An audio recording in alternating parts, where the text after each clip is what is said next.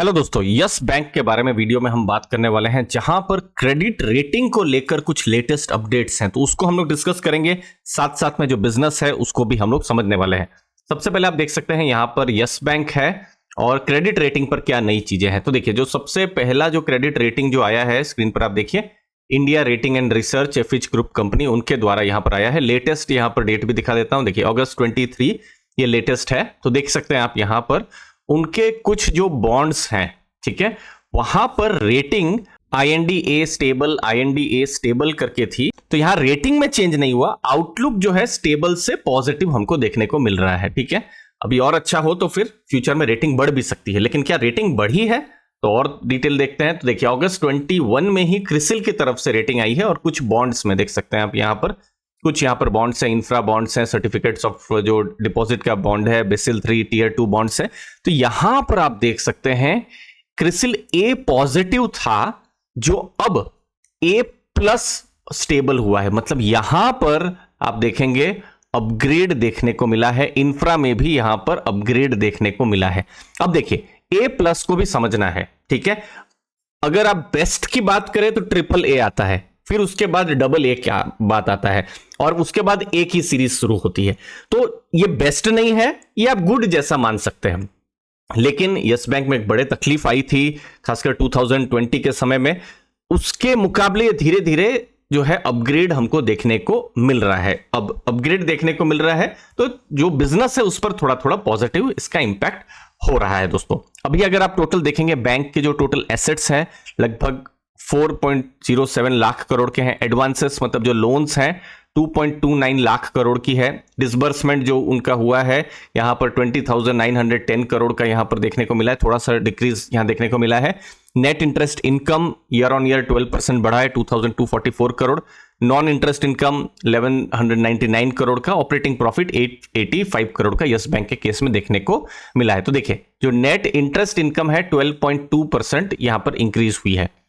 Provisions अगर आप देखेंगे तो जैसे लास्ट ईयर देखिए कितना था, 360 करोड़ था, इस बार 212 करोड़। तो प्रोविजन भी जितना घटते रहे अच्छा ही माना जाएगा।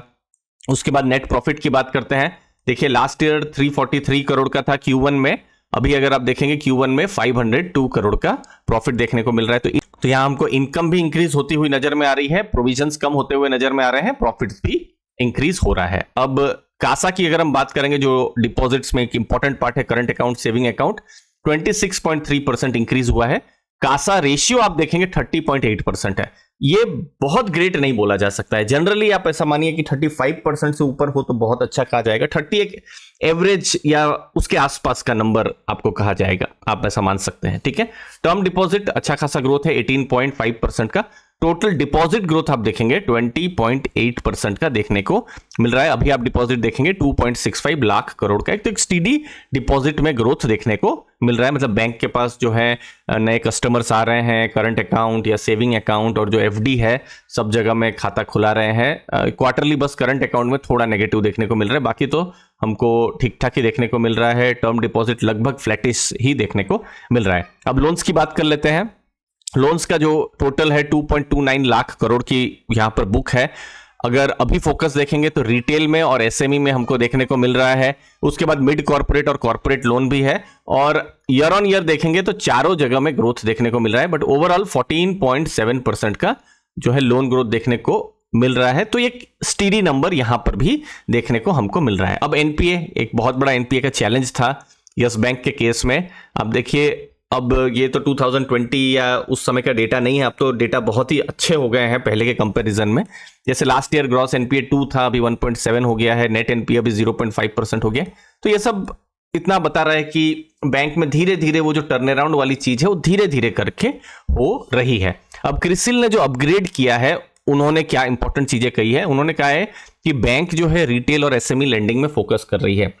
अब जो बैंक का जो चैलेंज आया था 2020 में, तो उस समय के पीरियड में देखेंगे 2017, 18, 19, तो बैंक का बहुत ज्यादा कॉर्पोरेट लेंडिंग में था, एग्रेसिव लेंडिंग कर रहे थे, और वहां पर कहीं पर वो फॉल्टर बीच में कर गए थे, और ऐसा प्रॉब्लम आ गया कि RBI ने फिर बाद में बोर्ड को ही चेंज कर दिया था। दोस्तों, अब नेक्स्ट है, अभी जो लोन कॉर्पोरेट्स में भी जा रही है, वो कहते हैं ना कि जो दूध का जो जला होता है वो छाछ भी फूक फूक कर पीता है, तो वैसा ही अब हायर रेटेड कॉर्पोरेट्स है, वहां पर लोन यहाँ पर जा रही है।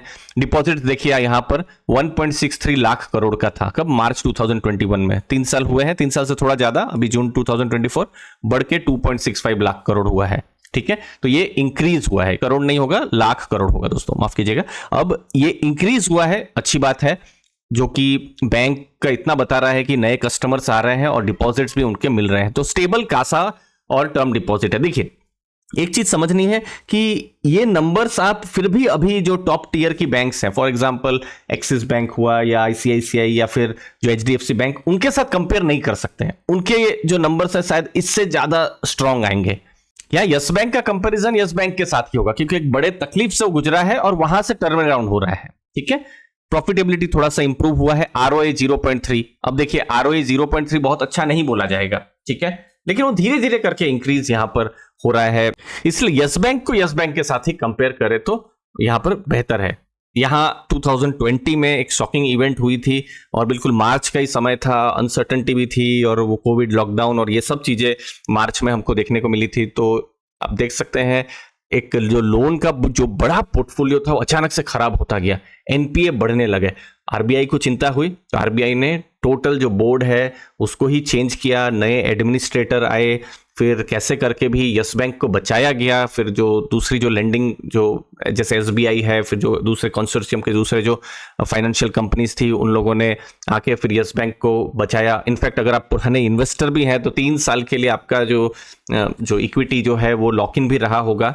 फिर एक नया बोर्ड आया, फिर तकलीफ से थोड़ा थोड़ा हमको टर्न अराउंड साल दर साल देखने को मिला है और अभी भी वो टर्न अराउंड जैसा स्थिति देखने को मिल ही रहा है। तो अभी वो ग्रेट जैसी सिचुएशन नहीं है, ठीक ठाक जैसी सिचुएशन हमको यस बैंक में देखने को मिल रही है। अभी अगर आप फिलहाल देखेंगे मार्केट कैप लगभग 76,000 करोड़ के आसपास में हमको देखने को मिल रहा है।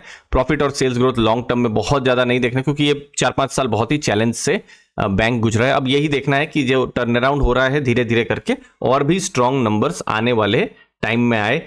अब प्राइस टू बुक अभी फिलहाल 1.7 है। आप 10 ईयर पहले देखेंगे जब बहुत ही हाइपर ग्रोथ जैसी सिचुएशन थी तो हाई वैल्यूएशन भी मिलता था। अब देखिए 4 का भी वैल्यूएशन मिला हुआ है, बीच बीच में 3.5, ज्यादा नीचे भी जाएगा तो 3 से नीचे 2.6, 2.5 का भी वैल्यूएशन मिला हुआ है। लेकिन अभी आप देखेंगे जो वैल्यूएशन है, क्योंकि अब सिचुएशन अलग हो गई है, अभी वो स्टेडी स्टेट में है, अभी बैंक वो एक एग्रेशन वाला मोड नहीं है जो पहले देखने को, तो अभी ये 1.7 का है।